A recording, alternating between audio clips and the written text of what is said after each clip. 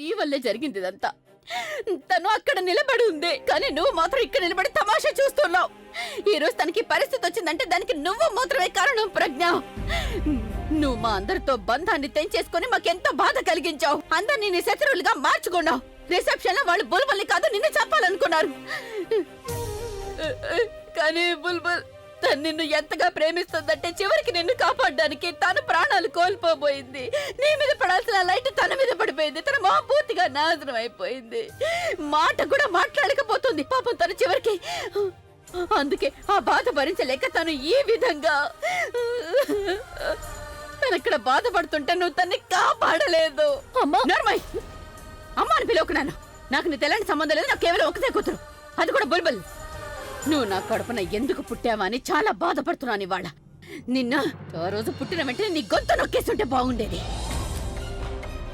కనీసం నా బుల్బుల్ అయినా ఇప్పుడు నాతో పాటు ఉండేది. ఈ విధంగా తను చచ్చిపోవాల్సిన పరిస్థితి ఉండేది కాదు. ఎందుకు చేసావే ఇలా? బుల్బుల్ నన్ను వదిలేసి వెళ్ళిపోయింది. భగవంతుడు ఆడదానికి బిడ్డకు జన్మనిచ్చే హక్కు మాత్రమే ఇచ్చాడు, కానీ ఈ హక్కు ఎందుకు ఇవ్వలేదు? ఆ బిడ్డని చంపే హక్కు ఎందుకు ఇవ్వలేదు? నువ్వు ఇక్కడే నిలబడి తను చనిపోతుంటే చూస్తున్నావు. తన్ని నక్కగా ఎంత ప్రేమించింది, కానీ నువ్వు మాత్రం ఏ బంధాన్ని సరిగ్గా నిర్వర్తించలేదు. భార్యగా లేదు, కూతురుగా లేదు, అక్కగా కూడా లేదు. నీకు కుళ్ళు కదా బుల్బుల్ అంటే, కుళ్ళు కదా నీకు తనంటే. నువ్వు ఏ సంబంధాన్ని కూడా సరిగ్గా నిర్వర్తించలేదు. నీకు ఇప్పుడు భర్త కూడా లేడు. డబ్బు కోసం అందరినీ దూరం చేసుకున్నావు. ఇప్పుడు మీ అమ్మ కూడా చచ్చిపోయింది, కానీ తనందరినీ ప్రేమిస్తూ ఉండేది. తనని ప్రేమించే భర్త కూడా దొరికాడు. అందుకే నువ్వు తను చూసి కుళ్ళుకుంటున్నావు కదా. అందుకేనే నువ్వు మేము రాకముందే దాన్ని దూకేనిచ్చావు. తనని కాపాడనే లేదు. నేను నీకు ఎలాంటి శిక్ష వేయాలి ప్రజ్ఞ? ఎలాంటి శిక్ష వేయాలి? నేను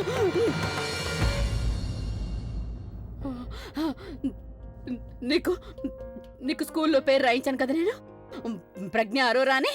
ఒక మనిషికి తన పేరుతోనే గుర్తింపు వస్తుంది. తన కుటుంబం పేరు తన పేరుతో ముడిపడిపోయిందంటే మొత్తం ప్రపంచం తను అలాగే గుర్తిస్తుంది. నేను నీ నుండి ఇప్పుడు ఆ పేరుని లాగేస్తున్నాను. నీ పేరు నీ నుండి లాగేసుకుంటున్నాను.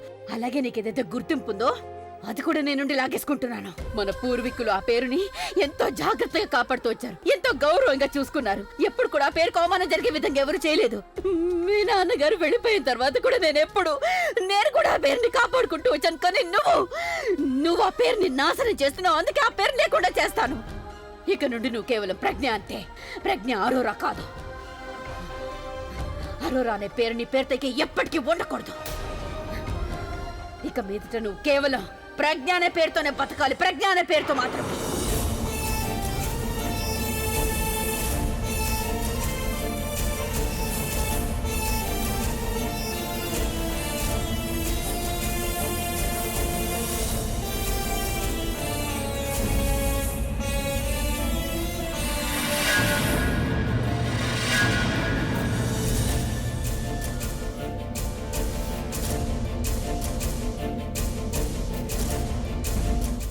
ఆకాష్, నువ్వు చెప్పనే లేదు ఇంత త్వరగా వచ్చేస్తావని.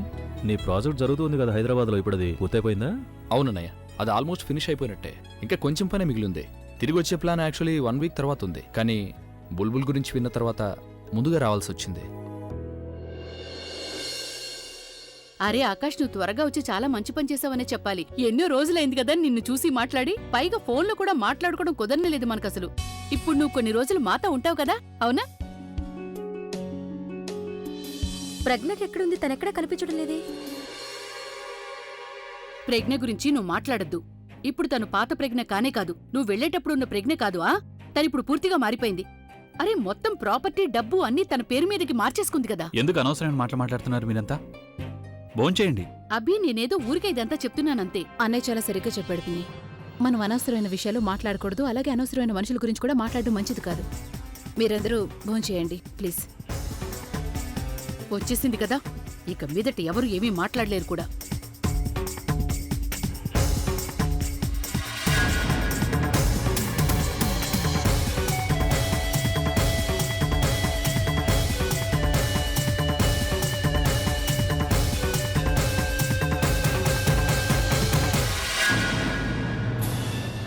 ఉన్నట్టుండి తనకేమై ఉంటుంది?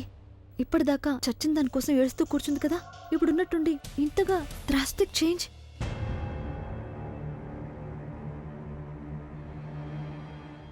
నాకు ఈ ఇంట్లో మొత్తం అందరివి ఫింగర్ ప్రింట్స్ కావాలి.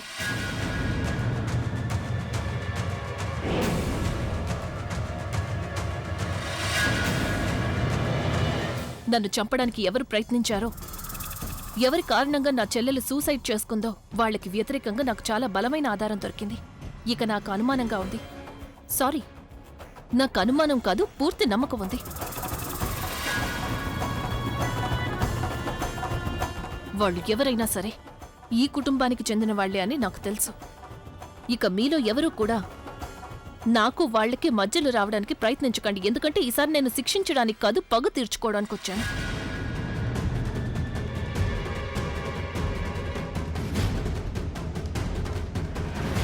రఘు, అందరి ఫింగర్ ప్రింట్స్ తీసుకో. ఒకవేళ ఎవరైనా కాదు అన్నారంటే వెంటనే నాకు చెప్పు.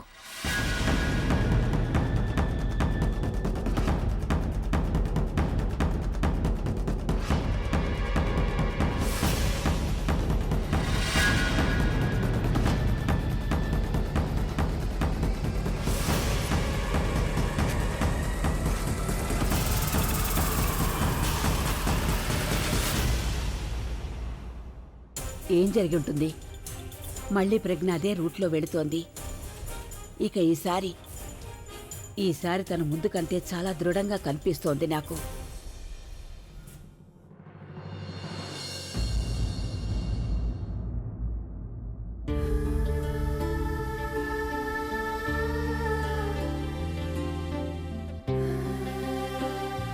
నన్ను క్షమించు బుల్బుల్. నా కారణంగా నువ్వు నీ జీవితాన్ని త్యాగం చేశావు, కానీ నేనేమీ చేయలేకపోయాను. కానీ ఇప్పుడు నేను నీకు మాటిస్తున్నాను బుల్బుల్, నీకు న్యాయం జరిపించి తీరుతాను. నిన్ను చంపిన వాళ్ళని వెతికి పట్టుకుంటాను. అలాగే వాళ్ళకి తప్పకుండా శిక్ష వేయిస్తాను. తప్పకుండా వాళ్ళకి శిక్ష వేయిస్తాను.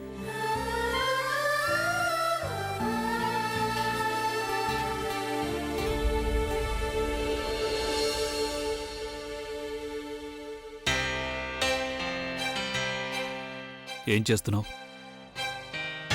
మీకు తెలీదా నేనేం చేస్తున్నాను? ముందు నన్ను చంపాలనుకున్న వ్యక్తిని నేను వెతికి పట్టుకోవాలనుకున్నాను. కానీ ఇప్పుడు ఎవరి వల్ల అయితే నా చెల్లెలు చనిపోయిందో ఆ వ్యక్తి కోసం వెతుకుతున్నాను. నేను ఆ వ్యక్తిని తప్పకుండా వెతికి పట్టుకుంటాను. చట్టానికి ముందు నేనే ఆ వ్యక్తిని శిక్షించాలనుకుంటున్నాను.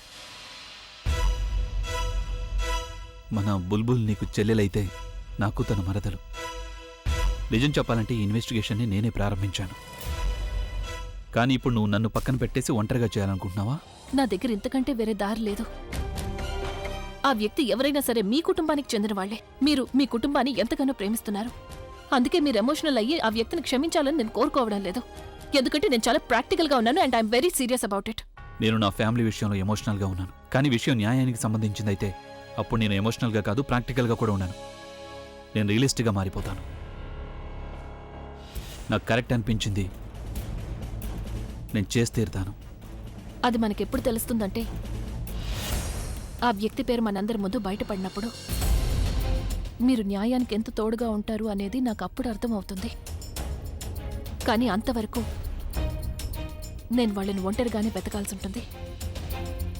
నా ప్లీజ్ ఎక్స్క్యూజ్ మీ.